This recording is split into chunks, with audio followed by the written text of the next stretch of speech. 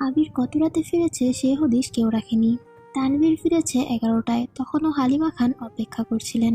তানভীর মাকে ঘুমিয়ে যেতে বললেন, তারপরও হালিমা খান 12টা পর্যন্ত অপেক্ষা করলেন। আবির ফিরেনি, তাই বাধ্য হয়ে ঘুমিয়ে পড়েছেন।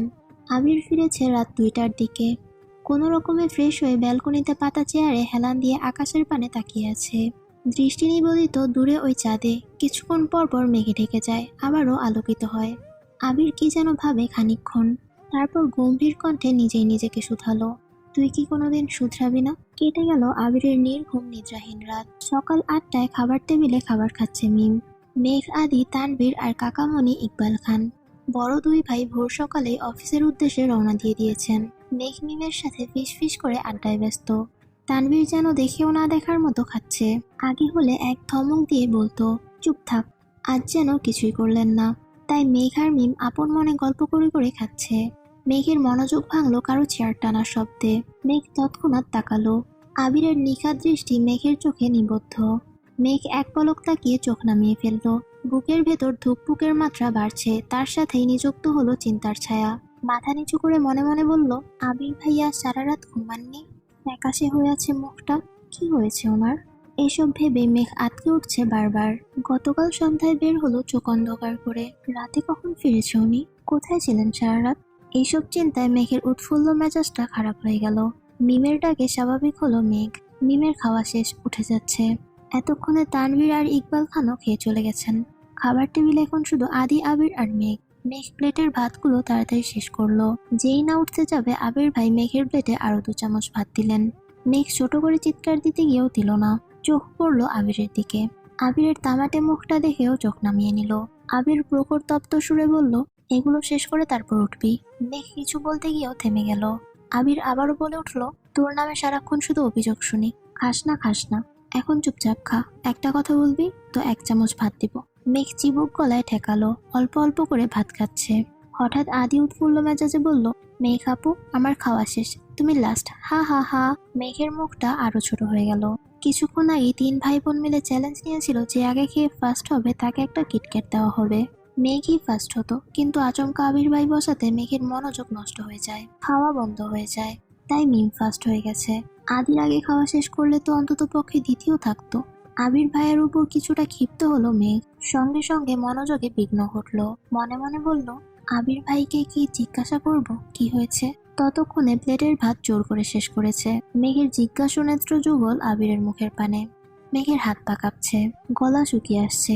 কি জিজ্ঞেস করতে চেয়েছিল সব এলোমেলো হয়ে গেছে। আবির ভাইকে দেখলে প্রতিবার যেমন বুকের ভেতর কেউ ঢোল বাজিয়ে নৃত্য করে, আজও তার ব্যতিক্রম হলো না। মুখ দিয়ে টু শব্দটাও বের করতে পারছে না, গলা শুকিয়ে কাঠ হয়ে গেছে। চোখ নামিয়ে গ্লাস টেনে ঢকঢক করে পুরো গ্লাসের পানিটা শেষ করলো। আবিরের এদিকে কোনো মনোযোগ নেই, সে তার খাওয়াতে মগ্ন। মেঘ বসে থাকতে পারছে না আবির ভাইয়ের সামনে, তাই কোনো রকমে কাঁপা কাঁপা পায়ে বেসিনে চলে গেল। আবির চোখ তুলে এক পলক দেখলো প্লেটটা খাওয়া শেষ, তাই আর কথা বাড়ায়নি। হাত ধুয়ে কোনো রকমে রুমের উদ্দেশ্যে ছুটলো মেঘ। সিঁড়িতে এমন ভাবে ছুটছে যেন থামলেই পায়ের শিরশিরে গড়িয়ে পড়বে নিচে। 9টা 30-40 বাজে আবির বাসা থেকে বের হচ্ছে। আব্বু আর চাচু সেই সকালে অফিসে চলে গেছেন, তাই আবির একটু পরে গেলেও সমস্যা নাই। আবিরের কিছুটা পিছনে মেঘও বের হলো। আজ রবিবার, কোচিং খোলা। মেইন গেটের সামনে গিয়ে থমকে দাঁড়ালো মেঘ। আবির ভাই বাইক ঘোরাচ্ছে। মেঘ অপলক দৃষ্টিতে তাকিয়ে আছে সেদিকে। সেদিন প্রথম এখানেই দেখেছিল আবির ভাইকে। সেই থেকে অষ্টাদশীর ছোট্ট পৃথিবীটা এলোমেলো হয়ে গেছে। ধ্যানে জ্ঞানে শুধুই আবির ভাই।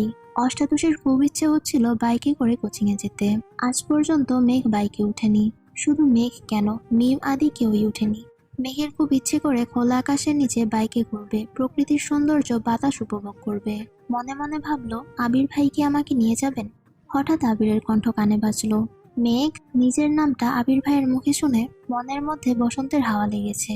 মনে হচ্ছে তরল দিয়ে ফালা ফালা হয়ে গেছে হৃদয়টা। মনের মধ্যে হাজারো পাখির কলরব, তারা যেন বলে বেড়াচ্ছে তোর ক্রাশ তোকে ডাকছে। আবিরের গম্ভীর কণ্ঠ ভেসে আসলো আবারও, ডাকছি তো। মেঘ চুপসে গেল, চোখ নামিয়ে কাঁপা কাঁপা পায়ে এগিয়ে গেল আবিরের দিকে। মনে মনে ভাবলো, আবির ভাই কি সত্যিই আমাকে বাইকে করে নিয়ে যাবেন? আবির চোখে মুখে বিরক্ত নিয়ে বলল, তুই চুল খুলে ঘুরিস কেন? মেঘ যেন আহাম্মক হয়ে রইল। আবির কণ্ঠ দ্বিগুণ ভারী করে বলল, আজকের পর থেকে যেন তোকে বাইরে কোথাও চুল খোলা না দেখি। যদি আরেকদিন তোকে এভাবে দেখি তাহলে এমন এক থাপ্পড় দিব তোর গাল থেকে থাপ্পড়ের দাগ 1 মাসেও যাবে না। ছোটবেলার মাইরটা আশা করি ভুলিস নাই। এতটুকুন বলেই আবির হেলমেট পরে বাইক স্টার্ট দিয়ে চলে গেল। মেঘের মাথায় আকাশ ভেঙে পড়ল। কয়েক মুহূর্ত নিস্তব্ধ হয়ে রইল। মেঘ নিজের প্রতি নিস্পৃহার শ্বাস ফেলল। আবির ফিরে আসার পর থেকে মেঘের উদ্বেলিত ক্রাশ খাওয়া প্রেম প্রেম অনুভূতি সেসবেতে যেন পানি আর নানা বরফ ঠেলে দিয়ে গেল আবির ভাই। যে মেঘ আবিরের প্রেমে হাবুডাবু খাবে ভাবছিল তাকে যেন গভীর খাদে চুবিয়ে মারল। মনে পড়ে গেল ছোটবেলায় আবিরের মারের কালো অধ্যায়। ছোটবেলায় আবিরই মেরেছিল শুধু তাকে। আজ পর্যন্ত মা বাবা এমনকি তানভীর ভাই এত ধমকায় সেও কোনোদিন মেঘের গায়ে হাত তোলেননি। এত বছর পর আবির ভাই ফিরলো। আবির ভাইকে দেখে মেঘের পুরনো সবকিছু ভুলে নতুন ভাবে আবির ভাইকে নিয়ে ভাবনা শুরু করেছিল সবেমাত্র। সেই ভাবনায় আগুন জ্বালিয়ে চলে গেল বেটায়। আহত চোখে তাকিয়ে রইল কতক্ষণ। আচমকা রক্ত জবার ন্যায় ঠোঁট দুটো ভেঙে হু হু করে কেঁদে উঠল মেঘ। এই কান্না কতক্ষণ স্থায়ী হলো তা জানা নেই। হঠাৎ বন্যার কলে কিছুটা কেঁপে উঠল মেঘ। ফোন রিসিভ করতেই বন্যা বলল, কি রে, কই তুই, আসবি না? মেঘ কথা না বলেই কেটে দেয় কল। মেঘের গাল চুপসে ভিজে গেছে। তারপর হাতের উল্টো পিঠ দিয়ে চোখ দুটো মুছে গাড়ির দিকে যায়। বেশ কিছুক্ষণ পর কিছুটা স্বাভাবিক হলো মেঘ। মনে মনে ক্ষুব্ধ হলো। গাড়িতে বসে বসে ফুঁসছে রাগে। এসির মধ্যে বসেও যেন কপালে ঘাম ঝরছে মেয়েটার।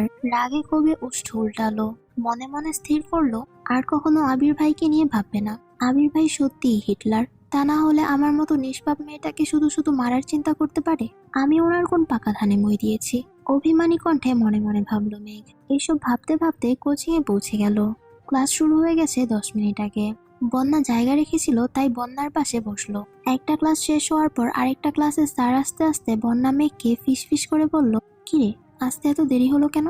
আর তুই না আমাকে তোর ক্রাশ বয় আবির ভাইয়ের ছবি দেখাবি বলেছিলি, কই দেখা? মেঘ করুণ দৃষ্টিতে তাকালো বন্যার দিকে। তারপর গম্ভীর কণ্ঠে উত্তর দিল, প্রথমত ওনার জন্য আমার আসতে দেরি হয়েছে। দ্বিতীয়ত ক্রাশ শব্দটা মনের মধ্যে চাপা পড়ে মরে গেছে। শুধু শুধু আমার জীবন থেকে 3টা দিন নষ্ট করলাম। এখন থেকে আমি শুধু পড়াশোনা করব, অন্য কিচ্ছু ভাববো না। মেঘের কথাগুলো বন্যা মনোযোগ দিয়ে শুনলো। তারপর সশব্দে হেসে উঠল বন্যা। মেঘ তীক্ষ্ণ দৃষ্টিতে তাকিয়ে আছে বন্যার দিকে। বন্যা আবার আস্তে আস্তে ধীরে কণ্ঠে বলল, আমি সেদিনই বলেছিলাম এসব ক্রাশ টাশ কিচ্ছু না, পড়াশোনায় মনোযোগ দে। ঠিক হলো তো আমার কথা? এর মধ্যে স্যার ক্লাসে এসেছেন। দুজনেই ক্লাসে মনোযোগ দিল। আসসালামু আলাইকুম এভরিওয়ান। স্টোরিটা কেমন লাগছে অবশ্যই কমেন্টে জানাবেন এবং ভালো লাগলে লাইক, সাবস্ক্রাইব, ফলো করে পাশেই থাকবেন। আল্লাহ হাফেজ।